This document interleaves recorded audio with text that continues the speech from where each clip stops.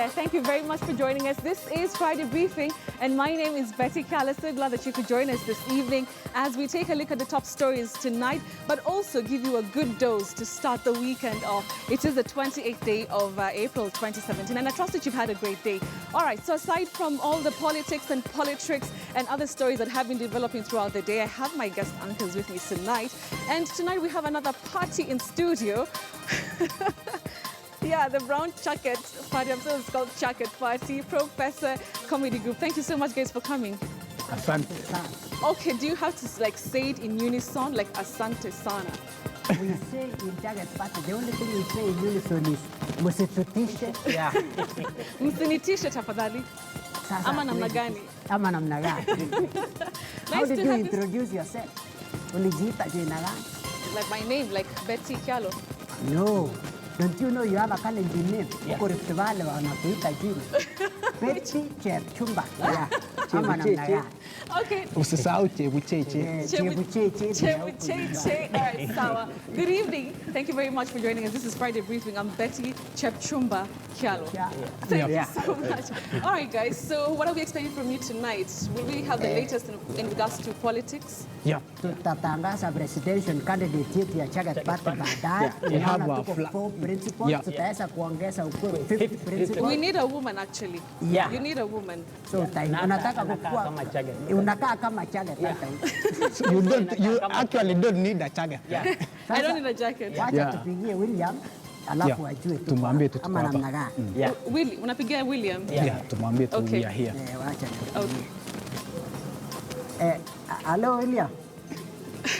Ni sisi. Bado tuko Nairobi, hatujaenda nyumbani. Ile gari yenye ulikuwa umetuambia tupande town, tulipanda ndani, walikuwa wanaweka mawimbo mbaya. Tuliingia wakaweka wimbo inasema wanajua ni masishi, wanajua ni masishi. Tukaona labda hii gari inaenda masishi, tukashuka. Tukapanda ingine tena hapo, ilikuwa inasema wilipose. Wilipose. Tukasema sasa labda hii ni ya William kabisa. Lakini tena wakaanza kuweka wimbo mbaya, tukashuka. Saa hii bado tuko Nairobi, tuko Nyeri, tuko hapa, tumekuja KTN kutembea kidogo, hata hatutafanya mambo mingi. Kitangu tumbo yake na guruma kwa titi, anataka kuchoma picha. Alright. Sawa William, takupigia. Alright.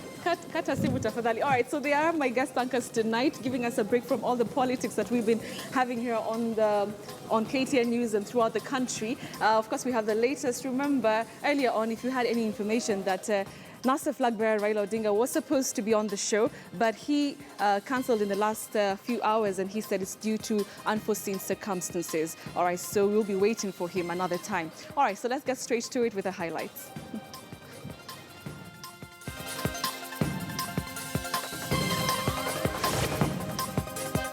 And I will not be shy, I will not fear, I will stand to say this was a raw deal for the combination. We are proud of his selflessness and humility in putting the country first at great risk to his personal political ambitions. Reactions from the NASA constituent party leaders even as Wiper cries foul. Ati ile wametuletea ni ile ya 2013. Sasa hii jameni ni utapeli wa aina gani? Kazi yao ni kuja kusema fulani atakalia hii kiti na wewe utakalia. Wanagawanya serikali kama mkate. Uhuru and Ruto dismissed the NASA lineup. I'm telling them, leadership is not about size. Leadership is not about material possession. It is what is inside your brain. From campaigns on a bicycle to a confirmed Jubilee ticket for the August elections.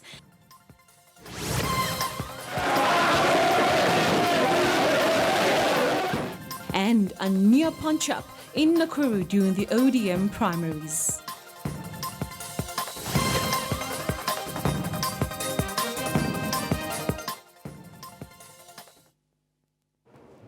Well, Well, thank you very much for joining us. Our sign language interpreter is Meresha Owiti. Now, a section of Ukambani leaders have distanced themselves from the NASA deal unveiled on Thursday at Uhuru Park, claiming it was negotiated unilaterally by Wiper Party leader Kalonzo Musyoka without engaging his party leaders and the Kamba community. Take a look at what they had to say earlier on.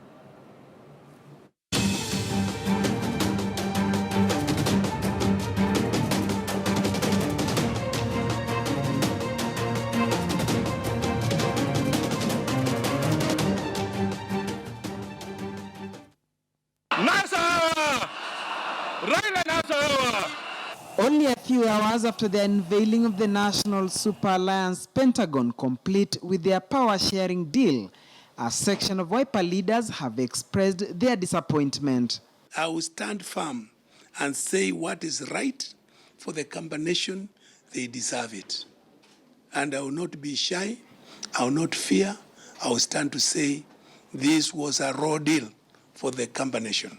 Francis Nyenze, who was opposed to the Raila Odinga candidature from the onset and even quit the 12-member committee that negotiated the NASA deal, he still maintains his stand and now wants Wiper Party leader Kalonzo Musyoka to explain his position. We need to consult first and heal, because this came as a shocker. And as I've said earlier, I was in the negotiating team. And up to the last minute, Kalonzo was to be the flag bearer. Up to the last minute. How it changed the night they signed, we were all taken aback. And it's a feeling that we need to consult, we need to sit, we need to talk and see the way forward. We cannot assume that our people will just follow some instruction unless they have consultation. Whatever they have agreed, I am a stranger to it. And I think most of members of our team, including members of parliament, including the leading negotiator, appears not to be aware of what the contents of that document are. Indeed, we would have liked to be involved. It looks to us that the party leader committed himself without consultation.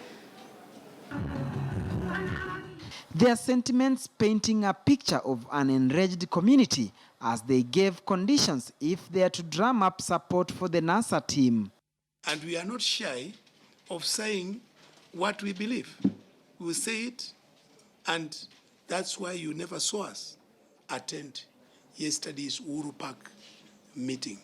If they call another one without us resolving it, we will not attend. And this is very clear.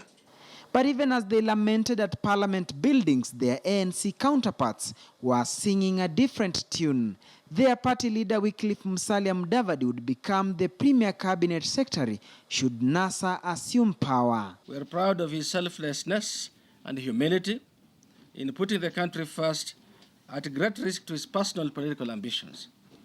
Any other leader would have selfishly sought to be rewarded with the stewardship of NASA without regard to the greater good. I think it's good that we tolerate, and somebody said that a journey, whether it is 100 miles or it's 1,000 miles, it starts with the first step. I think this is what we are trying to do now. Raila Odinga and Kalonzo Musyoka were the 2013 code flag bearers who lost to Jubilee's Uhuru Kenyatta and William Ruto in an election which was contested before the Supreme Court, which upheld the IEBC declaration. You are on your own appears to be the message a section of leaders from Ukambani are sending to NASA's running mate Kalonzo Musyoka, whom they accuse of striking the NASA deal solely. Duncan Hemba, KTN News, Nairobi. All right, quite a number of reactions have come about that announcement yesterday. And we're asking you tonight, is Kalonzo's planned number 2 position in NASA a road deal for Wiper, like those leaders there are saying? We're asking you that tonight on our big question, is Kalonzo's planned number 2 position in NASA a road deal for Wiper? That is our big question. We'd like to hear what you have to say. Hashtag Friday Briefing, or the number to tweet or to text rather is 22155. I'll be very happy to read some of your comments in a few minutes here on the show. All right, moving on. And well, President Uhuru Kenyatta and Deputy President William Ruto are not mincing their words as they express their reactions to the NASA lineup. Both have dismissed the Raila-Kalonzo pair as a formation destined for failure. It's a political lineup that had been anticipated for weeks on end, and one that promises to deliver a monumentous victory come August the 8th when Kenyans head to the polls. Wao wote wanne wamesema Raila tosha. Si hii game imeisha mapema ama ni aje? But a different kind of euphoria was being felt at a roadside rally staged by the head of state and his deputy. One of a sure win come August against opponents they say they have defeated once before. Wale ambao tunapingana nao kazi yao ni kuja kusema fulani atakalia hii kiti na wewe utakalia. Wanagawanya serikali kama mkate, kuonesha ya kwamba hawana hata agenda ya nchi. Agenda yao, haja yao ni viti, na wengine wanakubali kudanganywa ati watakuwa prime minister. Wamemangamanga Kenya hii yote, wakafanya seminar, wakafanya retreat, wakafanya mkutano, wakafanya rally, ati ile wametuletea ni ile ya 2013. Sasa hii jameni ni utapeli wa aina gani? Kama angechukua mtu mwingine, you know the human conscience, wanataka kitu mpya, lakini jamaa saa yote akuwa naanguka, hata watu wake hatampigia. The lineup according to me is okay. They are going to take Jubilee back home. The decision to field Raila Odinga and Kalonzo Musyoka as NASA's prime flag bearers was reached upon after weeks of consultation, with the National Coordinating Committee insisting that the pair are the best bet to unseat the president and his deputy from the helm of the country's leadership. The contest is between the progressive forces in this nation and those that want to take this country back. Wangetangaza mapema ati ni rematch ya 2013 na tutawaonyesha kivumbi, na safari hii sio 50+1, sasa ni confirmed 70+1. Mimi naona Jubilee ndo atashinda, cause hakuna venye unaweza toa mtu kwa kiti mwenye alikuwa na wamejipanga yenyewe. NASA will be able to take the lead because now they have come together. They have many regions together now. Not like 2013 when they were only Kalonzo and Raila. Now they have 5 of them. The head of state and his deputy, often termed as the dynamic duo, now say the NASA lineup was an open secret and that their political arch-nemesis have nothing new to offer to Kenyans. Sisi tunataka agenda ya kuunganisha wa Kenya, sio kutafutia watu watatu chakula ya kupeo. Hapana. Sisi tunataka kutafutia wa milioni 40 vijana wetu kazi. Si hii game imeisha mapema ama ni aje? Si Raila ni yule, si Kalonzo ni yule, si Musalia ni yule, si walikuwa upande ile, tuliwaonyesha kivumbi, hatukuwaonyesha kivumbi. The two spoke during a Meet the People tour in parts of Nairobi and Kiambu County as a grand face-off looms between the two political camps in an election pegged on political and ideological supremacy meant to shape the country's future. We have finally found the winning formula, says NASA, but not so fast, responds Jubilee, with Kenyans promised yet another political rematch from the 2013 presidential standoff. But with a change of names and political realignments, will Kenyans finally see a different face to the helm of the country's political leadership? Timothy Otieno, KTN News. Now, he has clinched the Jubilee ticket for the Nairobi governor's race, and it can be safely assumed that hate him or love him, he certainly is difficult to ignore. I'm talking about Mike Sonko, the Nairobi senator and aspiring governor. What really makes Sonko tick? Well, Asha Mulu has that perspective.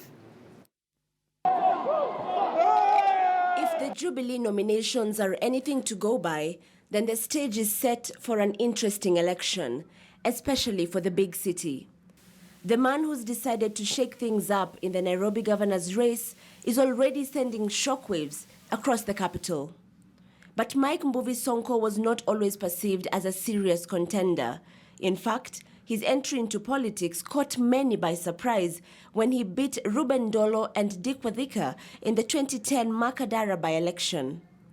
His 2-year stint as MP marked the beginning of a different brand of politics. Mwanaume yeyote ambaye amefaa minai Mheshimiwa Spika, na ndugu zangu hapa atakubaliana nami na dada zangu kwamba inamaanisha jambo fulani ya mwanaume ambao sio tabia safi. Tabia za Sonko ni kwamba ni mtu mrembeka, ambaye anavaa ngongoli, ambaye anavaa vipuli, ambaye ana suti ambaye imenyooka, na ndio tabia zake hii. Everyone thought he would be the troublemaker, a tag he lived up to over the years. But as the Sonko name rose in the political scene, so did his temper. No. You can't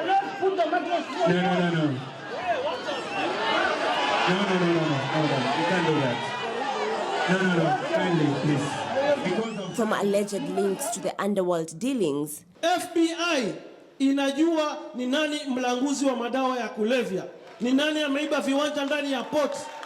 Tuko tayari kwenda Amerika. To fist fights with the incumbent governor. It's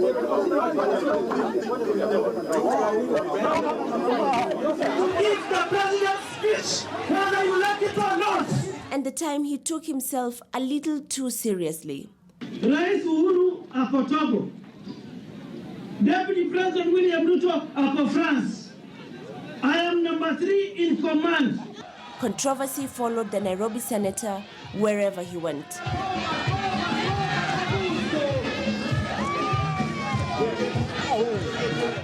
But whether Sonko's theatrics were a true reflection of his personality or a well-orchestrated climb to power, the outgoing senator's clout cannot be ignored.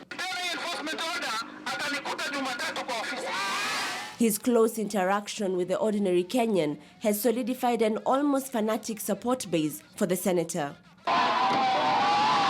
His supporters have followed him from his days out of politics when a little-known Sonko protested the then local government minister Uhuru Kenyatta when he banned public service vehicles from the CBD.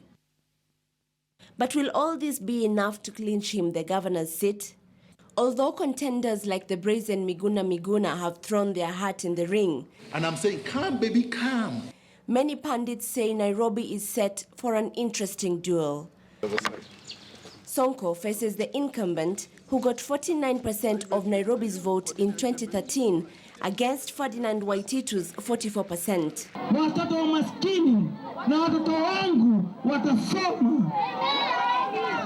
But will the man who was so easily dismissed by Nairobi 7 years ago prove his critics wrong and get the top seat in the county?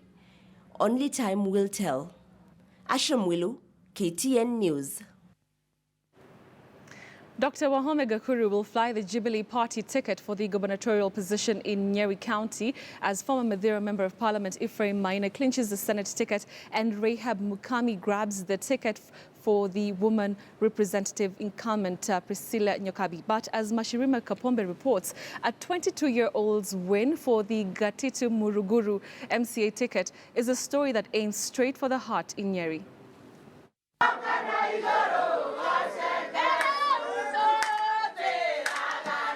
The scene of winners in constituency tallying centers in Nyeri County.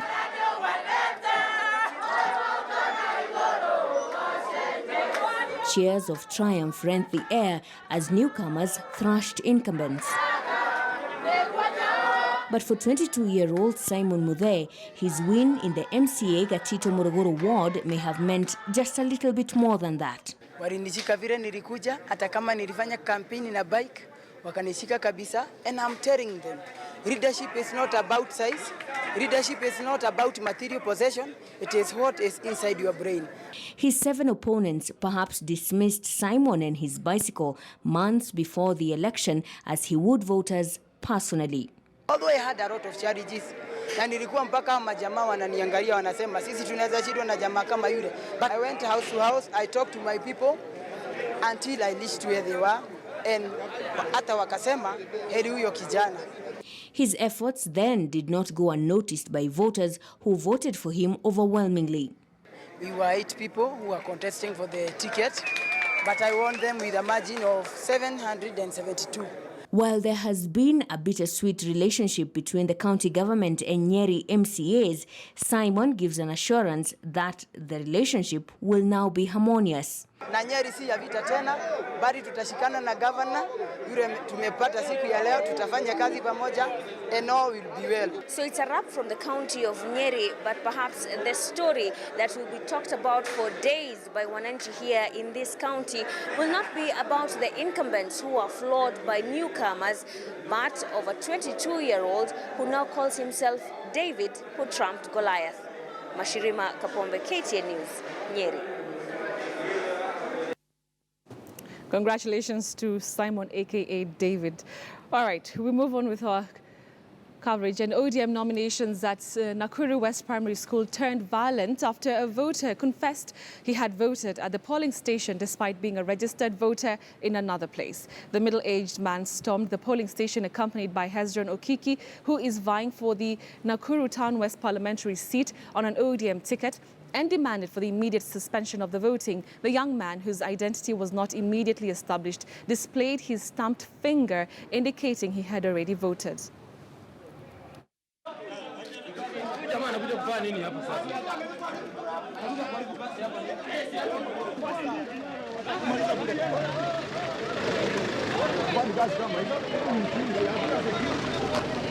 Nilikuja hapa asubuhi baada ya kuambiwa ati this kind of thing is going on. I threw my idea at her. Iliangalia, but then hakufanya anything, akanirudishia, nikakatiwa makaratasi, nikapiga kura. But actually, I'm not a registered voter here. Ukiangalia kwa register, hakuna hata jina moja imesha kuwa cancelled. Una watu wanakuja wanapiga kura, wanaenda. Inasemekana unakuja na ID unapiga. Meaning, hata kama utatoka Mogon, una ruhusa ya kukuja kupiga hapa.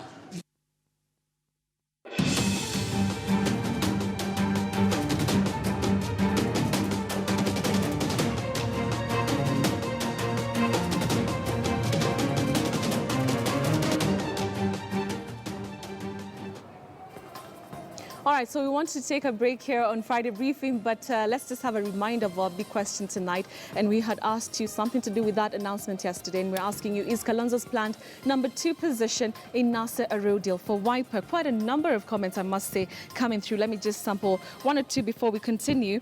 All right, so Amondi, you say that he's not complaining, which means the NASA bus is good to go. Mohammed Mohat, you say, yes, in fact, it's the best deal for him because Raila is more popular than him. Also, Jacob Adera, you say, we are not for a personal score, but Kenya, Nyanze and Musila are failures seeking unnecessary attention. Amos, so you have a different view. You say that, yes, it is. Seems even Kalonzo was forced into this deal. Would like to hear more of your comments. Keep them coming here on Friday Briefing, and I'll continue to sample them as we move on here on the show. All right, for now, though, like I mentioned earlier, I already introduced my guests, and they are professor. They will be joining me shortly. Actually, they're already here. What am I saying? So I will be speaking to them in a few minutes. I'm seeing quite a number of comments about the name that they've already given me, Chepchumba, which I love. So we'll be speaking to them. They'll be talking to us about their comedy, but also we'll get to hear just who's going to be their flag bearer. Let's light it up this Friday. It's been a hectic week full of politics. Let's welcome the weekend with some laughter. So that's coming up in a few minutes. Don't go away.